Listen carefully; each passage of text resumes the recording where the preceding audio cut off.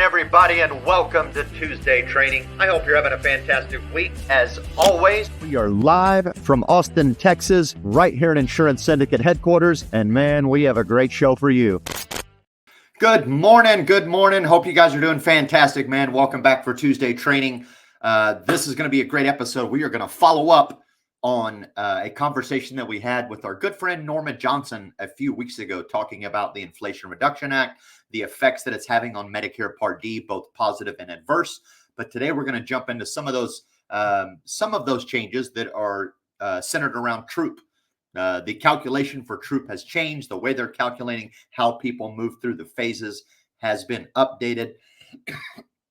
Pardon me. We are going to go through quite a bit of that with you guys, and make sure, because today is the day, right? Today is AEP kickoff day. The challenge starts today. So we're going to go through some of that training with you guys, make sure that y'all understand how TROOP is now calculated, and probably even maybe if we have time, work through some examples with you. So I'm super excited about it. Pardon me, I'm a little congested from allergies still, but I'm doing well. And this is going to be a tip-top, very informative session. We're going to go through, again, the TROOP calculations, explain those to you so that you understand them. We've got a consumer handout for you. If you want to grab it, you can pull from that. And then, like I said, we probably will have some time to go through some examples as well. So without further ado, I am not going to dive into any news today. I just want to dive right into this training. So we're going to get our good friend, Ms. Norma Johnson, on the stage. What is going on? How are you? Good morning. Good morning. I'm good. Good deal. You're hanging out there in Tennessee today. Right? This is the day. So I was up about 3 a.m. I logged on, said, okay, they've downloaded it. I didn't take the time. The only thing I noticed is like, dang, Sunfire doesn't have me ready to go with 2 carriers that I should be for 2025. That's what's going to happen today, right? You're going to know if you are ready to go or you're not. So I sent an email off. Hopefully they'll get that fixed the next couple of days, but it's not going to slow me down. Yeah, no, absolutely. Today is going to be one of those testing. Actually, I would say probably this first week is going to be pretty testing, because not only do we have a lot of agents that are probably stacked with appointments. Like I've looked at my agents, they've already got 5 to 7 appointments just about every day this week and beyond. So it's going to be a challenge there, and just a challenge to see if all of our tools that we all love to use are perfectly up to date and have all this data. And I know that a lot of those tools like Sunfire, like Connecture, they are dependent on the carrier files being accurate. And if those carrier files are not accurate, then obviously it's going to reflect incorrect data. So what I tell most agents when you're doing some pretty good drug analyses on the first few weeks of AEP, you probably want to use a couple of sources to double check your math, right? And make sure, like, then look for those errors. And for agents that work with me, I always tell them, like, hey, if you find errors that are absolutely egregious and you know it's not user error that you're seeing, say, in Sunfire or someone else, please document it, send it to me, and I can get it to even if you're not one of my guys, just if you see something in Sunfire that's just egregiously wrong, notify me, because I've got good connections at Sunfire. I can let them know. Absolutely. So one of the things that, number one, I have to just remind you or tell you that I'm super impressed with the platform that you put together for agents that allows them to investigate strategies to save more on prescriptions. I've already used it a lot. I've already helped several clients. It was funny because I haven't had too many needs for a database like that. No sooner than I signed up for it did all of a sudden all these clients start calling me about Apolazura cream and all these other things. I'm like, holy crap, why weren't you asking me about this before when we were doing this? Like, well, it's new. It's something I'm taking now. And I've made great use of your database to help people find manufacturer's assistance programs, state programs, et cetera. So it's an amazing tool. Well, thank you. And it's only going to get better. So while I'm busy in AEP, I have my computer programmer. We have a lot coming. So I have somebody that I trust wholeheartedly that I have hired that is working every week on that database. Now we won't, because we are not going to risk taking down the site during AEP. We're going to put a freeze on making adjustments. But as soon as AEP is officially over, then we will go through an update. So there's a lot of stuff coming for that site, because we want to keep building it out, not just on the Medicare side, but the ACA side, the group employer side, because I've found out there's a lot of agents that work with big employers. And, we know we got a little bit of a pass this year because of the credible coverage, but that's going to circle back around, and we need to be able to be ready there. And two, it provides a value that an normal agent doesn't have, of working with the HR group, right, for employers. So the more the more access you have, the better you are, and the more influential you are in their business. That makes sense. So I mean, we're trying to build out more and more of that stuff. I told him yesterday, it's like, look, y'all know I'm going to be busy. Just do it, right? And we'll circle back around, and I'll double check it once I'm done with AEP. Absolutely. Yeah. The ANOC letters that have been going out from all these different carriers have definitely created a stir in the marketplace, more so than usual. So we have a pretty big book, and we've already had numerous people reach out to us to be like, hey, I got this letter from Aetna. What's going on? And in some cases, it was people that are, just to be frank, they were moving from the $7 Silver Script plan. Now they're getting migrated to the $45 plan, to know where you live. And certainly a big stir in that regards. A lot of people, agents are involved in this, but a lot of consumers and a lot of agents are just so narrow-minded. They have tunnel vision that it's all about premium. And we're going to see this year, it's not all about premium, because don't let that premium be the deciding factor, because it could end up meaning that you spend less or spend more in the long run. Because there are examples to where you will spend more money on a 0 premium plan than you will on a $120 plan. Yeah. Now, how is that? When a premium's $120 versus 0, but you're telling me that I'm going to spend less than $2,000 on the one that costs $120 a month. And it's like, yes, you will. And you're going to have a much broader formulary. So would you say that based on the co-payment structure, or the way, or is that also based the way the new troop is being calculated? The way the troop is being calculated, yes. All right. Well, we're definitely going to dive into that here in a second. Before we do, I wanted to ask you if there was one piece of advice that you could give Medicare agents as they go into AEP starting today, what might that be? Do not combine troop and the M3P. Agents are killing me. They're trying to calculate what will my person's payment be. Well, one, we have no business calculating what that payment is. I try to teach you so that you understand it, the math, but it's not our job to calculate what their payment's going to be, right? But it is important to understand the distinction of which client it would benefit. And honestly, it's not going to benefit that many clients this year. So, we as agents don't even need to focus on it. It might be one of those things. Keep in mind, somebody can opt into that program anytime during the year once they're active with the plan. So once they have their ID number, they can't even opt in until they get their welcome letter, right, from this year. Then they can call and opt in. And some people, it may be beneficial as if they're going to have big chunk go out in January. For everybody else, and even some of those people, it's like, honestly, if you can afford to pay at the pharmacy, pay at the pharmacy. It's going to cause you a lot less grief if you just pay at the pharmacy. I would tend to believe that. I struggle to believe that program is going to be well managed, at least from the outset. So the way I look at it is like, don't worry about that program right now. Maybe look at that around March.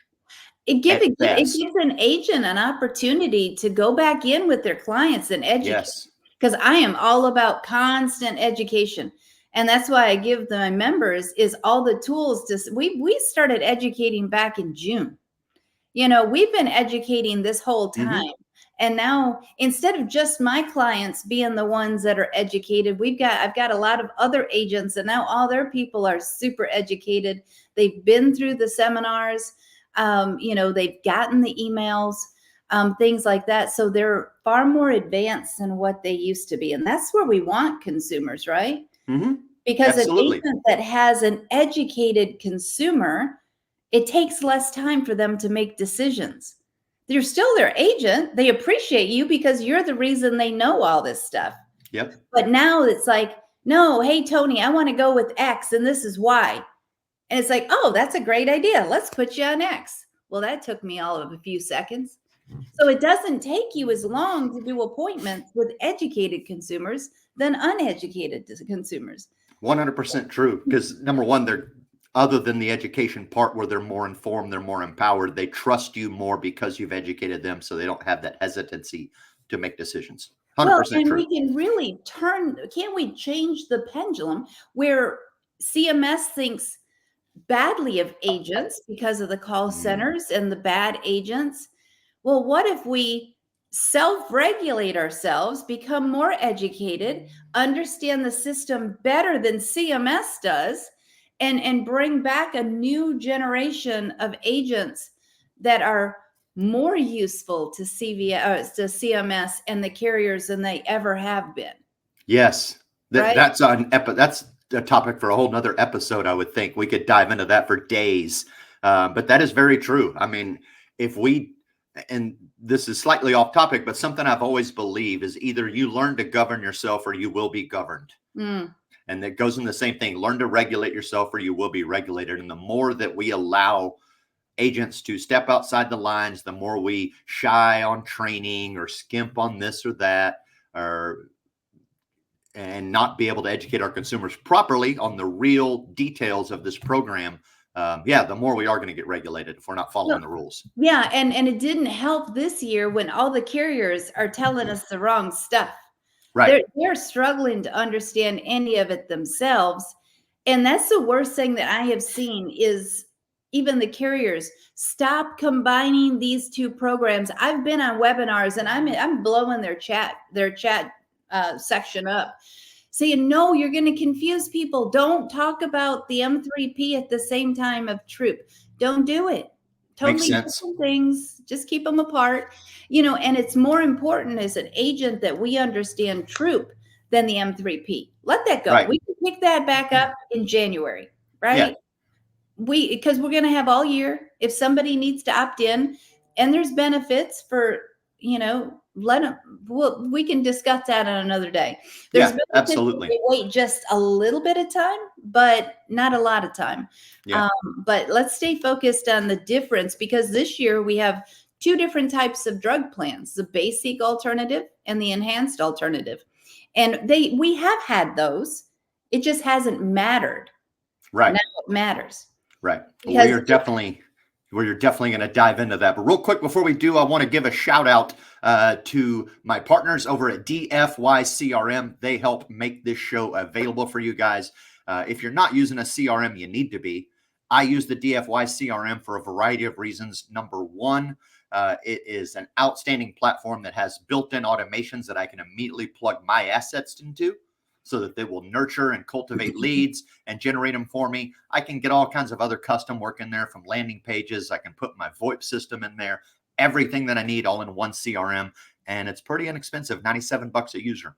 And if you're running an agency, you can add LOAs into that at no extra cost. So if you're ever looking for some info on the DFY CRM, give me a holler. I use it. He's got a ton of users. As a matter of fact, it's the only platinum CRM in the go high level category for insurance agents out there. So give it a look up. And with that said, man, we're going to dive into some Troop. So I want to bring up a document that you put out that is a really good explanation of it right here. And this kind of goes through the explanation of what Troop really is, or how it's calculated. So I don't want to go through the whole article in great detail, but I'll go ahead and read off this top piece here that says that Troop is the portion of spending on covered Part D drugs made by the beneficiary or on their behalf by certain third parties. The Inflation Reduction Act, the IRA, updates which categories of payments count toward troop spending.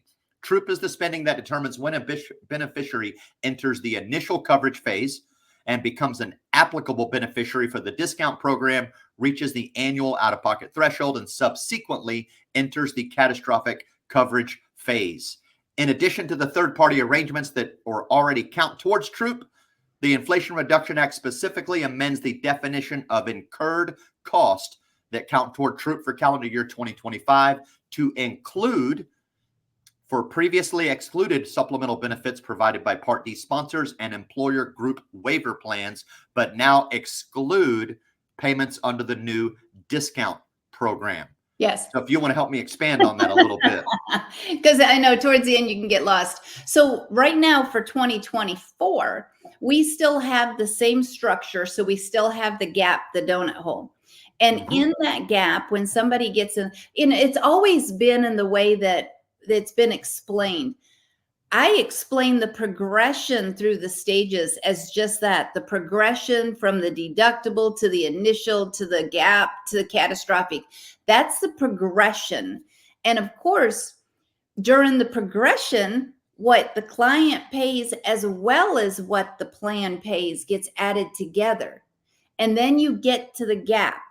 And then you take your eraser and erase everything that the plan paid. And you only leave what the consumer paid. That's that's what gets you to the gap. But now you might have, between the two of you, you spent, $5,000 or say $6,000 between the plan and the client. But now you're in the gap, and now you've just erased everything the carriers paid, and now you might have spent $1,000. So now you're down, right? Talk about deflation. So now you're down, but now you can't get out of the gap till you get into catastrophic. And that's where the 70% that's contributed by the manufacturer is important. And that's how you get to 8,000, but you haven't spent out, you've spent about 3,250, 3,300, somewhere in there, but you've reached 8,000. That's because of that 70% from the manufacturer. Well, the gap's going away. Right. So that goes away, right? So then, of course, you would think, well, all right, well, the manufacturer is going to have a little bit to do with it for some drugs in the initial phase, but that's why they're saying that's excluded. See, they excludes payments under the new discount program. So it excludes now in 2025 what the manufacturer contributes. That, but they contribute a lot less than what they were. So no harm, no foul. Now for this year, the supplemental that they're referring to has never been able to be counted. And now that does. But see, the supplemental is being paid for by the plan. So now what the plan is contributing when it's considered a supplemental benefit is being counted towards troop. So now you have the client, whatever they're paying out of pocket, plus whatever supplemental benefits a plan offers gets counted. And then if you're getting something like a grant, that's a third party, that gets counted. So you still, and trust me, this is when the value of a grant is important for these carriers, because now the grant money gets counted. Yes, it allows somebody to hit the troop, but it gets a lot deeper than that, because you've got somebody paying the deductible. You start getting into the weeds there, just because then it's going to kick in the 10% from the manufacturer, 65 from the plan. That's the weeds we don't need to get into, because that's like, it gets a little sticky there. Yeah, so that's good information for us, but definitely not what we're trying to inform our consumer. And not for it's not knowing that side of it any deeper is not important for an agent, right? We don't care if it's a plan or the manufacturer paying the tab. We just care that it's not our client, right? If it's not our client's happy, we're good. I don't care what y'all pay. right? Yeah. But if it affects my client, I have to care. And so that supplemental benefit is what we want to understand wholeheartedly, because it's going to be a huge difference between how you look at plans. And this is on the PDP side as well as the MAPD side. Correct. So, it's all in that supplemental, and it's like, well, what is a supplemental benefit? I Well, was just look about at- to ask you maybe for some real world examples of what that might look like, say on a standalone plan. Yeah. So, I mean, and they're both the same. So we know that CMS sets every year the deductible and the tier 3 copay. That's not saying anything about tier 1 and 2 or 4 and 5 or 6, right? That's just saying coinsurance it's tier 3 that they are focused on for that 25%. So that's a defined standard right there, is $590 for 2025 and 25%. Yep. Always know those numbers. That's the standard. That's the bar right there. If a plan comes in and stays right on that bar, they don't lower anything. It's the 590, 25%. It's a basic alternative plan. That means that there is no supplemental benefit getting counted towards troop. It's all on your client to pay. So the client will pay in $2,000, right, in order to hit catastrophic, because that's the only thing unless they get a grant. But we're not going to go there. We're just talking about plan paying versus the client. So the client's going to have to pay all the $2,000. But now if you have a plan that lowers the deductible, maybe they take it down to $300. Maybe they take it to $300, but they leave the 25%, right? The supplemental benefit in that case is the difference between $590 and $300. So it's $290. That's an enhanced plan. That's a supplemental benefit that the plan has taken Medicare dollars, right? Just like any other dental, vision, hearing, they're supplementing the plan and they're putting some money in to cover that. That's Makes a sense. supplemental. So even though the 25% is still there and that stinks, at least what's happening is that the person isn't paying every penny of that 590. They're only paying 300. So in that year, if they're only on, say, one drug, and during that year, yes, they're going to pay 25% of the cost, but they're going to save $290. So $2,000 minus $290, right? So they're going to end up saving that if they end up hitting catastrophic. They're going to end up saving that because that's a supplemental. Now, if a plan lowers both, the best plans are going to be the ones that give me a zero deductible, right? And give me a flat copay all day, every day. Give me those two things. I don't care what it is. I don't even care what the premium is. Right. Right? Because I can sell that plan. And I did it last week when I met with a client that's looking at coming off their group. And it's like, well, because his wife is on the W plan, right? Zero, well, 50 cents, going to zero, but it's 50 cents today. And it's like, well, all right, there's going to be some changes. And of course, it was last week. I had to be careful what I was saying. But I come up with some slightly dummy, calculations to say, okay, this is the way it's going to be done. It's not exactly the way the plan would be, because I can't talk about the way the plan will be, but it's going to be close. And I showed him. I said, well, if you pay zero premium per month, it's going to cost you $2,000 at the end of the year. But if you pay $120 and some change, or $121 per month premium, you're going to end up coming in less than $1,800. And is that in some of these examples that you sent out? Yeah. So I'm going to put a couple of those up here real quick.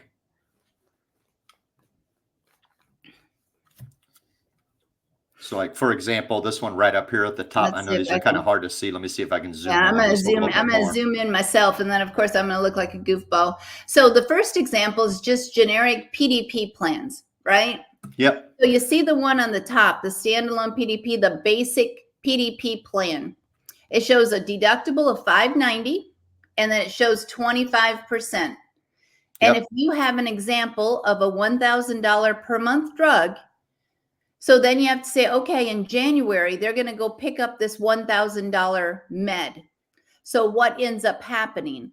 So they're paying the $590 plus 25% of the cost of the drug at the, but you have to think $590. And if you go back a little bit to the math, so it does, yes. Right here. Yeah, right there. So you have the $590 because it's $1,000 drug. So $590 is less than that. You're paying all the deductible. Then you're going to have to take so you're going to have to do $1,000 minus $590. That's $410 is left, right? That you owe a balance on. And you're going to pay 25% of that $410. That's $102.50. But our plans don't deal in cents. So they're going to round that one up to $103. Correct. So that's how you end up getting $590 plus $103 is $693. That's what goes towards Troop, right? There's no supplemental benefit, so your client's paying every bit of it. Then 25% of $1,000 is $250 a month. Mm-hmm. So every month for this $1,000 med, your client's paying $250 a month, and they're going to pay it until July. And then they're going to owe $58 left before they've put out $2,000. So in July, they'll pay $58. Now they're in catastrophic. They've paid the $2,000. Everything that's on formulary for the rest of the year is going to be covered. And we're looking at this as an example of a zero premium plan, basically exactly. The basic alternative plan. Yep. So a zero premium plan, and you can expect that these lower plans are going to be basic alternative plans. Correct. How do you know that? Look at the deductible in tier 3 copay. $590, 25%. Right. So on the one underneath that, the low cost plan, right? When I say low cost, it's middle of the road. It's less than zero, but it's less than $100, right? Yeah. So what they done in this example is they left the $590 deductible. So that's still all on the client, but they lowered the tier 3 copay co-insurance down to 17%. So at least that's 8%. That's 8% less your client is going to be paying during the course of the year. Correct. Because that 8% is a supplemental benefit. It's lower than the divine standard. The plan's putting money into that to supplement it.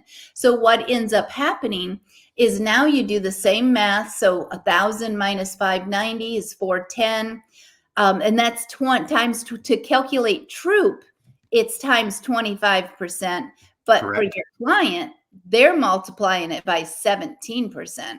Yep. So they pay out $660 in January, but in Troop, it counts to be $693. So a little bit extra, and that is because of that 8% difference. So every month your client will be paying $170 because that's 17% of $1,000. But $250, remember 25% is what's being counted towards Troop. Mm-hmm. So they end up at the end of the year. This was a $43 per month premium. So for the year, they're paying a premium of $516. So in that example, they're going to pay, including their premium, with their cost of their drugs. So your cost of their drugs come in less than $2,000. You see it? Yep. $1,519.70. Right, but with their premium, it pushes them over the previous example slightly. By $35.70. But is that $35.70 worth a couple of things? A broader formulary and less hurdles. Broader formulary and less hurdles. And when I say hurdles, I'm talking about your prior authorization, therapies, quantity limits, because these basic plans, we're going to see a lot of that. But if you're paying a higher, I would think so. Yeah. Yeah. You're going to see less. So is that worth it for a client? Maybe it could be. But then let's look at the last one. That last one is a high cost PDP plan. So they take the deductible down to zero. that automatically, well, of course, it's an enhanced plan. Right. But that plan now automatically $590 is going to be counted towards Troop, and your client's not paying a dime. Because that's what the carrier is inputting as part of their That's cost. what they're contributing. Yep, because that's a supplemental benefit. And then you have a flat copay, right? So Way you have better a than flat $250. copay of $45. But everything goes the same way for Troop. So it's the same thing as up on the top example, but now it's not your client paying all these big bucks. Correct. It's the plan. So it's 693 gets counted towards Troop, then the 250, because again, that's 25% of the cost of the med. But your client's only paying $45 a month. They don't even pay a deductible. And then they get to July, they pay their 45, the plan pays 58, right? Because that gets them to 2,000. Mm-hmm. You end up looking at the total ends up for what they're paying out of pocket for premium, or not premium, but for the drug. This is what in one drug, $315. They've hit Troop. They've hit $2,000. They've hit catastrophic, but they've only contributed 315 of it. But they've been paying a high premium for that luxury. So in this case, the premium's 120 a month. So you add that, or times that to 12, 1452, plus the 315, they come in at 1767. Isn't that fascinating? Yeah. It's almost a $300 savings, at least $250. Yeah. So of course, my client I met with last week, he's on Eliquis, and he can do the same thing. And he said, "Okay, yep, I see the point. I'm fine going on that $120 plan." Yeah. Yeah. If you can show them the math, I mean, and you're accurate. You're either going to pay it for your drugs or you're going to pay it in your premium. Right. But if you pay it in your premium because you're getting a bigger, more enhanced plan, you're getting a better formulary. You're getting less hurdles, right? Yep. Is it worth the price? But premium is like, oh, well, dang, I don't want to spend a bunch on a premium. Now, if the person's only on that expensive med for 3 months, it's not worth going with that higher premium plan. You're just looking for maybe something lower than that, that's still an enhanced plan, but maybe the premium's not as high because they're going to come off that expensive med. Yeah, give me a real world example on exactly what you just said. I think Eliquis falls into that space where they sometimes you could, even though Eliquis, you would typically, if you're now for AFib, you're staying on that drug. You're not coming off Eliquis or Xarelto. But if you have a blood clot, right? So you have a blood clot in your leg. Blood clot's always severe, but they caught it early. They got it. They're going to probably put you on Xarelto or Eliquis plus some Plavix, and they'll keep you on that maybe 6 months, right? Okay. Some doctors will be more reserved and say, no, you're staying on it for a year, but you'll eventually come off. Others will say, no, we can just do it for 3 to 6 months. Now, in a case like that, you're going to do the best you can. Is it worth paying the 120? Maybe not, but maybe, it could, because you never know what their other drugs, and if they had something like that happen, you don't know what their overall health is. Right. So, it could. You're always going to get into those grayer areas. Now, who would it not benefit to pay a big premium is people on low-cost generics. Correct. If all they're on is low, and this is how I'm handling this annual enrollment period, if y'all want to know the inside track of what I'm doing, I have probably a good 300-400 people on that value script plan, right? So I'm going to separate my piles. I literally do that with my file. I'm an old type person. I have files. I like files. I know that's not the millennial way to do it, but I like whatever works. But so I'm going to separate them all, just low cost generics and people on at least one brand. I want to know the difference, because people that are on nothing but low cost generics, I'm going to tell them to stay. Yeah. I don't care if I lose a little bit per month, because I'm buying my time. I'm taking those commissions I'm losing. I'm going to make sure that they know, hey, if they call, If you want a Medicare Advantage plan, call me. Yeah. Don't answer questions. Don't be persuaded. Yeah. That's a great comment. Now that you brought that up, I want to hit on that real quick. That is a great conversation that you should be having with your clients. And you said it best. If they really shouldn't be moved, like from a true cost standpoint, the most beneficial plan really is the zero plan or the 50-cent plan, right? And If the formulary you're works, really in the I would business to do assume- what's right for your clients. Yeah. You said it great. Number one, she's buying her time back because she's not having to waste her time on that client. Two, you already have a good relationship. I'm assuming you don't just have their PDP. You probably have their Medicare supplement. Right. Maybe you have a dental plan. Maybe you even have some life insurance with them. Yep. So you're taking great care of that relationship, because if they did find it out the other way, well, Norma just moved us to the $45 plan because it pays her, right? That could disrupt some things for you. But more importantly, you buy your time, you secure the relationship with the client. And then, as you also said, this is the other piece of it. Don't be afraid to have the conversation with your clients that plan is a data grab to go sell them Medicare Advantage plans behind the door. And just tell them, say, hey, this company's that's the reason they're giving it to you for free. Because they're trying to get you in on their value ladder so that they can call you later and go, check out our wonderful Medicare Advantage plans that we just removed from 5 states in the union. Well, and of course you should have. And if you would have been a member of my platform, you would have already had that conversation a year ago.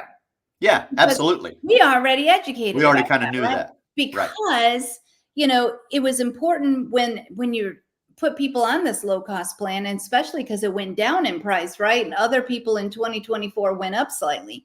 It's like, all right, let me tell you the deal on this, right? And I call it the way it is. I'm sorry. I always say if it's a duck, if it walks or if it quacks and walks like a duck, it's a duck. It's not a chicken. And I know I can sometimes be aggressive and call it out, but it's like, hey, I didn't make you a dang duck, but I'm not going to call you a chicken. You're not a chicken, you're a duck, because obviously you're a duck. So it's like, if they're going to behave that way, we knew that was a data grab. We knew that. I told my people, I told them 2 years ago when it was really low. It's like, okay, I can see the tea leaves. I can read this and I see this coming. Now, absolutely. I could be wrong, but if I'm wrong, that's okay. I'd rather be wrong and educate you to where at least you're more cautious and perhaps don't fall for anything, but it's like, if their plan works and it's a good plan, and it is for 2024, it's been a really good plan. Good. We're going to use it. And then when we need to exit, we're going to exit when it's time. But I have too many things going on with the MAPD side this year. I don't have time to exit everybody out of that plan, nor is it good for them. That plan's fine for somebody on a low-cost generic. Do I think the formulary is going to be restrictive? Yes, but not in tier 1 and 2. Exactly. Why would they? They're not going to take their time, unless they're idiots. They're not going to take their time to go look at those drugs when they can focus on the 3, 4, and 5, right? What I'm more worried about seeing is smaller drug numbers in tier 3, just like, I hate to call them out, but I will, Aetna. Aetna did this, and it's like it kicked me off beyond belief, because they make it look good. But then their tier 3 had a very narrow formulary. But tier 4 was off the charts. Well, it's like tier 4, you're charging 49% of the cost. What the hell? And it's like, I don't need a college degree to figure out you're screwing people. But what can we say? And it's not Aetna. When I say that, and I try to tell these carriers, it's like, I love y'all. Y'all are in a bad spot. You are in bed with a rattlesnake. I'm sorry. I would get you out of it if I could. You got in bed with the rattlesnake. Now you try to control the dang rattlesnake. I mean, good luck with that, because they're gonna bite you before you bite them. But you got in bed with them. You go live with them, and if they take you down, well, I'm just gonna say I told you. Absolutely. So it's that. But so for this AEP, definitely utilize your time wisely. Mm-hmm. Don't be so stubborn. It's not don't take it personal. You're going to play into it, right? And you're going to leave those people that will be fine on that low cost plan. Let them be for a year. You got bigger fish to fry. Yep. Right? You need to go help the people that are on the brand name drugs. You need to figure out those formularies. You need to figure out, you need to spend time to wrap your head around how to calculate troop nowadays for 2025. And then we have a lot of carriers that have been forced to pull out.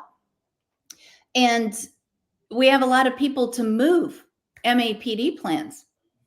What was kind of surprising for me, it was a surprise. We knew that these premiums were going to go up on PDP. Mm-hmm. It was a shame that CMS did not anticipate that better than they did, but hey, they were shocked. So they separated the PDPs away from the MAPDs, right? And they said, oh, we got to keep these premiums down. So we're going to come up with this demonstration act and we're going to subsidize you. And then they make it look like the subsidy is not that great. Yeah, right. They're better off that they are this year. Yeah.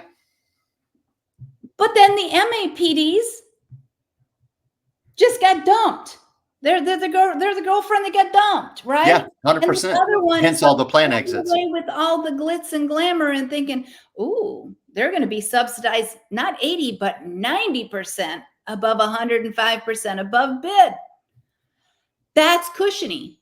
Mm-hmm. And that makes it even worse on WellCare. And honestly, even Aetna for making their plans not commissionable. Shame on you. You're making more money. Shame on you, you could have handled that better. But then you have to look at what did it do to our MAPDs?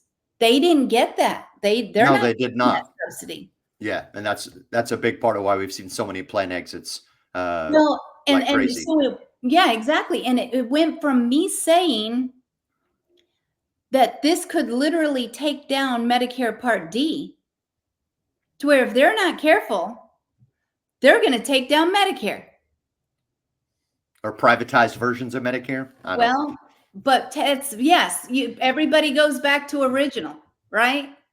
Because I don't see that happening. No, they're going to bankrupt these plans. They're going to have to fix that this year. Absolutely. Had they not come in with the demonstration to kind of rescue the standalone drug plan premiums, I think it would have collapsed that market almost 100% or very close to it if they'd allowed them just to come in with 300% increases on their drug plans, but with all the added copays. Yeah, the thing is though, is that had it not been an election year, that's the other thing. They would not have come into the rescue. That was the only reason they came in for the rescue. They're not looking at it any other way, but it's like, oh my God, we can't have these premiums go that high. But then they turned around. They could have, okay, fine. Give them less. Don't give them 90% over 105% of bid. You just bailed them out on the front side and the back side. 100% they did. But yet then about a $37 billion subsidy if it's fully utilized. That's about a 10% increase in private spending from Medicare in Medicare spending to private plans, because they already spent about $400 billion. So now they're going to spend another 37 this year. Yeah. And I would think that had Aetna known that they were going to come in and do this, that they wouldn't have constricted down to one plan. They would have kept all three. Because why would they have not kept all three? It doesn't make a lot of sense. I thought that was interesting too. So that makes sense. They made that decision to shrink down to one, not knowing about the demonstration being announced. That makes sense. I didn't even think about that. Yeah, because they would have been, why didn't you have more offerings? You would have been more competitive. Absolutely. So it kind of, I think, will hurt them in the long run. But it is what it is, So how we calculate troop is definitely understanding, watch for below the 590 and 25%. The lower, the better, barring the premium. You have to be able to convince the client, and a lot of that is, don't assume your client is not able to follow math. but you have to understand it. The agent has to understand it enough to understand the math behind it. That's Certainly. why I've been doing training after training. I'm going to do another one tonight for my members just to keep talking about this topic, because we try to make it more complicated than it has to be. It's Agreed. not that complicated. Keep it basic. Run your own little examples. I like playing. I hate math. I'm not good in math. I stink at math. But math takes us to outer space. Correct. Mars, we reach Mars because of math. Math is always right. So understanding the math, don't let it scare you. Utilize it, right? Yep. Agreed. So, Agreed. And that'll help you, like if you are using tools out there, which I'm sure you are, if you're an agent, using Sunfire, Connecture, Medicare Part Gov, or Medicare.gov, whatever you're using, knowing the math will help you more quickly identify errors that you see in some of those platforms. Because some of them will unfortunately be a little egregious and you'll have to look out for them. I want to run through this handout that you put together for everybody real quick. It's kind of everything we've been talking about, so we don't need to go through it in detail, but this is basically a consumer handout that you've created with some basic copy that helps explain, what's going on with the Part D plans, with the basic alternative, enhanced alternative, the distinction, how to calculate troop, some of the key changes, etc. Well, so if the more you educate them, the less you have to take your time to educate them. I utilize email immensely. Sometimes, and I hate doing videos, but I make myself do them. Sometimes I will I'll record myself on a Zoom call and I'll go through this, and and then I will follow it up. I'll send them a copy of the link for the Zoom meeting, and then I will also send them the document so that they can actually go through and read things for themselves. And I want them to do the same thing. Play with the math. This is your prescription drug plan. Play Absolutely. with the math. You have homework. Try to understand this. And if I can explain that before AEP starts, then I don't have to explain it during AEP. Correct. Right? So Correct. I do a lot of educating all year long, gearing up. I say what I can say. And this year it's all been the Inflation Reduction Act. I've done a little bit on the M3P, but that hasn't been for a few months. I'm not going to cover that again until we have to. And right now it's not the time. I'm not going to confuse people. And then you slowly build them up, because I've told my clients, it's like, I don't have time to chit chat. I love y'all, but I have no time to chit chat during our appointment. We are going to know what we're doing before I ever get there. So now that it's October 1st, right? So my focus will be generating 3 plan comparisons in my area for people that I have about 150 people that are losing their MAPD plan in my area. I have to change those people, right? Yeah, there's your priority.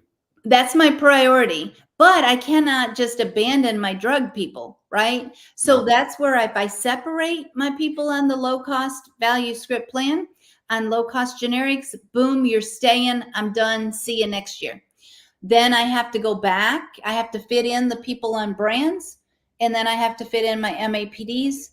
And then maybe I can pick up some new business here and there, wherever. I'm not myself, because I'm so focused on my platform. I'm not looking for new business. It's actually a hindrance. I don't want new business. I need an LOA if I'm going to continue to grow my book of business, right? Because I don't have time to do both. But I'm very loyal to people. I'm a puppy dog. I'm loyal.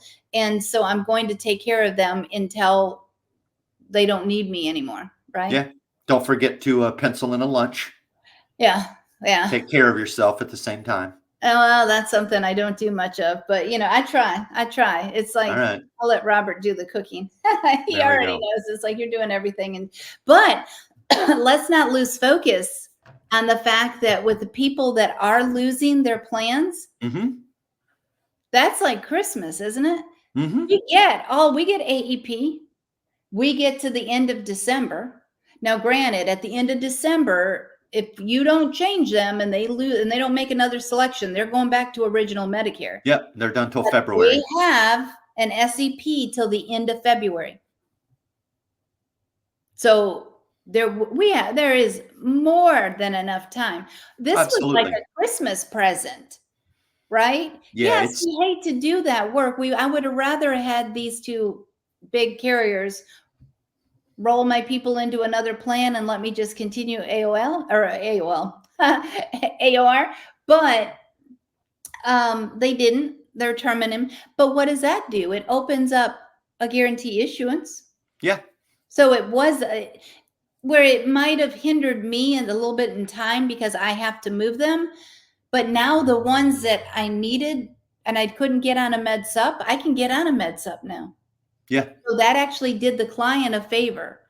So, okay, yeah, I know GI doesn't always pay much, but I have two people, one That desperately need it. That's a great idea. brain cancer, and you bet your butt that person's going on a med sup. I don't care if they can afford it or not. They can afford it, but it's like, nope, you're going. It's not even a choice.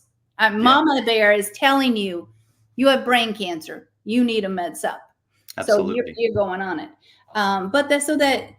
But it gives us all this extra time. But imagine the people, you get your stuff done before the end of AEP, then get out in your community and find those people that don't have agents. Because if they're on those same plans, get with your carrier reps. They know all these people have to be changed. The leads coming in from these carriers. Now, one will give leads, the other one doesn't. But get out there and find whoever is on that plan. Absolutely. Because that's new business. And then there's going to be some that fail to do anything because we're now desensitized to open our mail. And so now it's going to end up happening is somebody's going to go back to original Medicare. And then they're going to panic because they're like, they're not going to find out till sometime in January. Right. But then they have till the end of February. So by golly, use it. Well, listen, I want to lift this handout that you made available. It's a great handout. I know you emailed it to everybody that's part of your platform. I'd like to make it available to everybody here in the syndicate, right? So if you want a compliant consumer handout that helps you explain the new troop calculations to some of your clients, or even if you don't want a copy just to put on your own damn desk, hit me up. We're going to make sure it's in the comments of the video. You can grab it there. But then also I want to mention that here at the Insurance Syndicate, Norma has been very gracious as one of our preferred vendors to give us a nice 20% discount on her platform. So if you don't have her strategies for savingsrx.com platform. Strategies for RX savings.